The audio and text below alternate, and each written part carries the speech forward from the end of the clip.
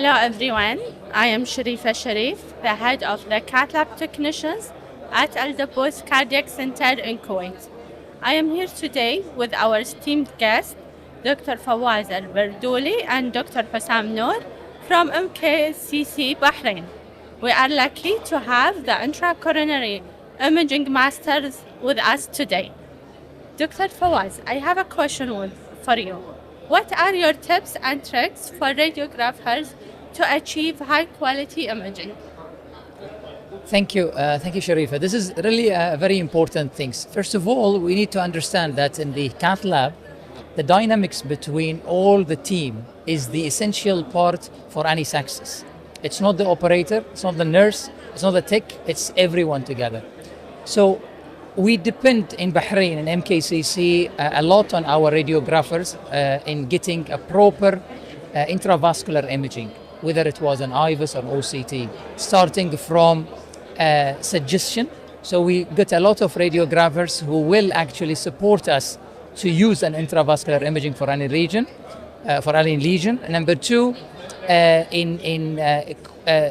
fasten the process of preparing for intravascular imaging, plus the tips of how to get the proper images. So I can say currently we are, alhamdulillah, happy that our radiographers are in a level that they can perform with us the intravascular imaging without any difficulty. In tips of what are the tips, I would say being patient. Number two, try to learn, because there is a learning curve for any process. Learning curve is very important for IVUS and OCT. And number three, try to be positive in the sense that always share your thoughts. We learn from each other. So the radiographer or the technicians can always add extra information that will help at the end for the patient. Thank you, Dr. Fawaz. Dr. Fassam, I'm very honored to be here today to ask us a big name of you. You are a well-known CT operator. So my questions are about intravascular imaging and CTO. So starting with the first question is, what is the added clinical value of using intravascular imaging in CTO cases? Thank you, Ahmed, and thanks for having me. It's very interesting and good question, actually. As you know, CTO procedures are very complex procedures, and really what matters is the outcome of the patient. No matter how long is the procedure, how difficult it was, really you have to end the case with the best optimized result, for which we utilize intravascular ultrasound to make sure that we have delivered the best treatment for the better outcome. So I think today imaging is an essential component for CTO procedures. I mean, to be honest with you, you shouldn't do CTOs without IVUS. Okay. Yeah. So it's a nice answer. I have another question for Dr. Fassam. Do you think that using intracoronary imaging can reduce radiation dose in CTO procedures? I could not hear you well. Do you think that intracoronary imaging can reduce radiation dose in CTO procedures? Well, it also depends on how you.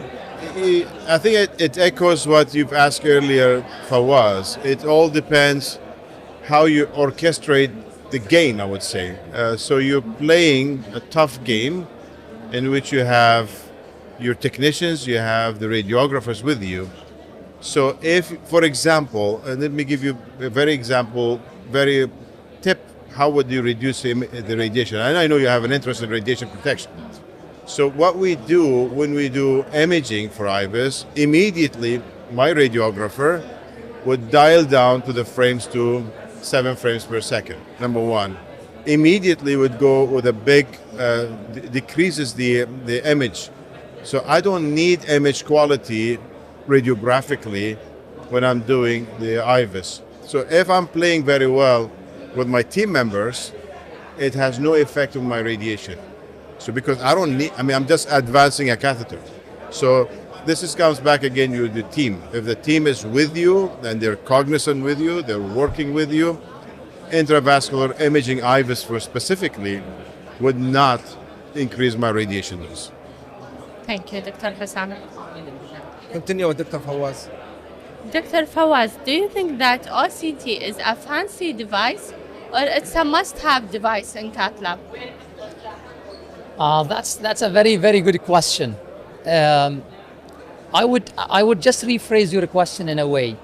Intravascular imaging in 2026 now, we're going to 2026. Is this essential or just nice to have? The answer for me, and based on the guidelines, is essential to have. The question is, you need to be also cognitive that this is adding cost to your hospital, and you need to be cognitive of whom to use that for. We have a certain indication, class 1 indications, that these are must, you have to do. Now, then the second question is OCT or IVUS? I always tell that intravascular imaging, no matter what, is complementary and not against each other. So, in some cases, the IVUS would have the priority, no matter how good you are in OCT.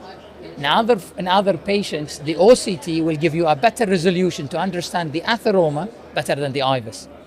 You need to tailor your device, your technique based on your patients, based on your knowledge, and at the end, for the better outcome of the patients.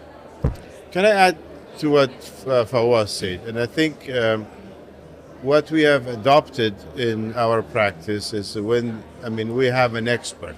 We are all can read OCT, but you need to interpret images appropriately. So Fawaz is part of our team member. So whenever I'm not the most expert individual in OCT, I call him. So Fawaz, I have a case for OCT, come and help me.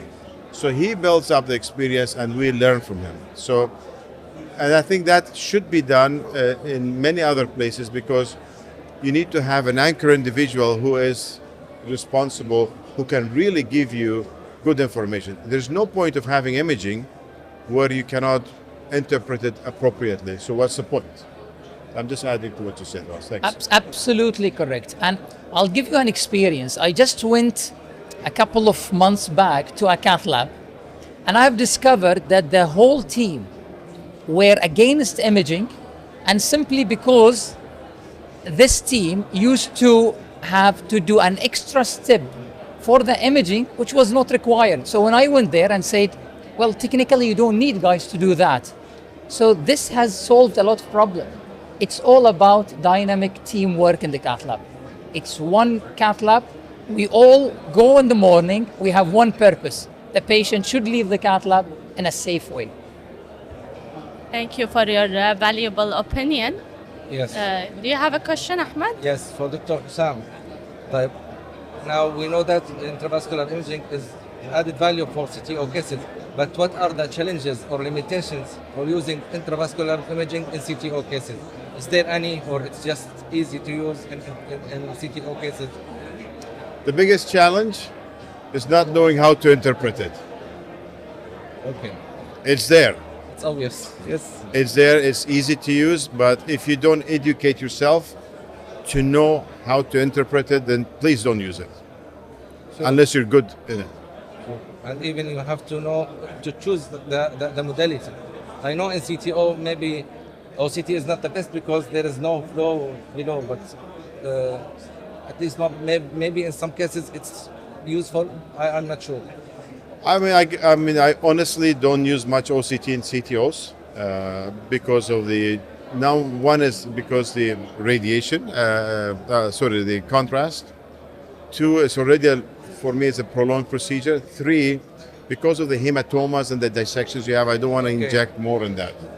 So then for that reason, the IVUS has better in CTO cases versus non-CTO related cases. This is a nice note to learn from you. And third, fourth, I'm not the expert in OCT, so I can't fight them all the time.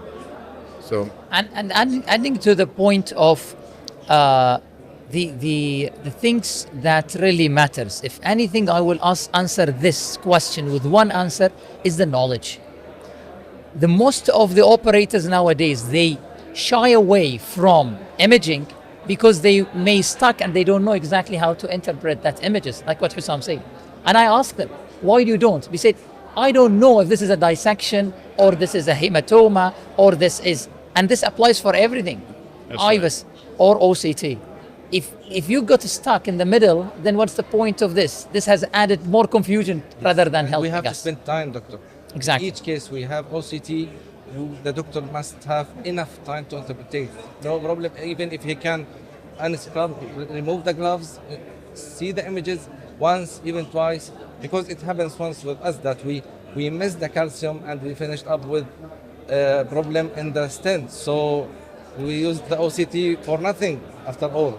Ahmed, I tell you the evolution of OCT in our place. When Fawaz joined us after he finished his training, and he was trained in OCT with one of the world leaders in OCT in Bristol.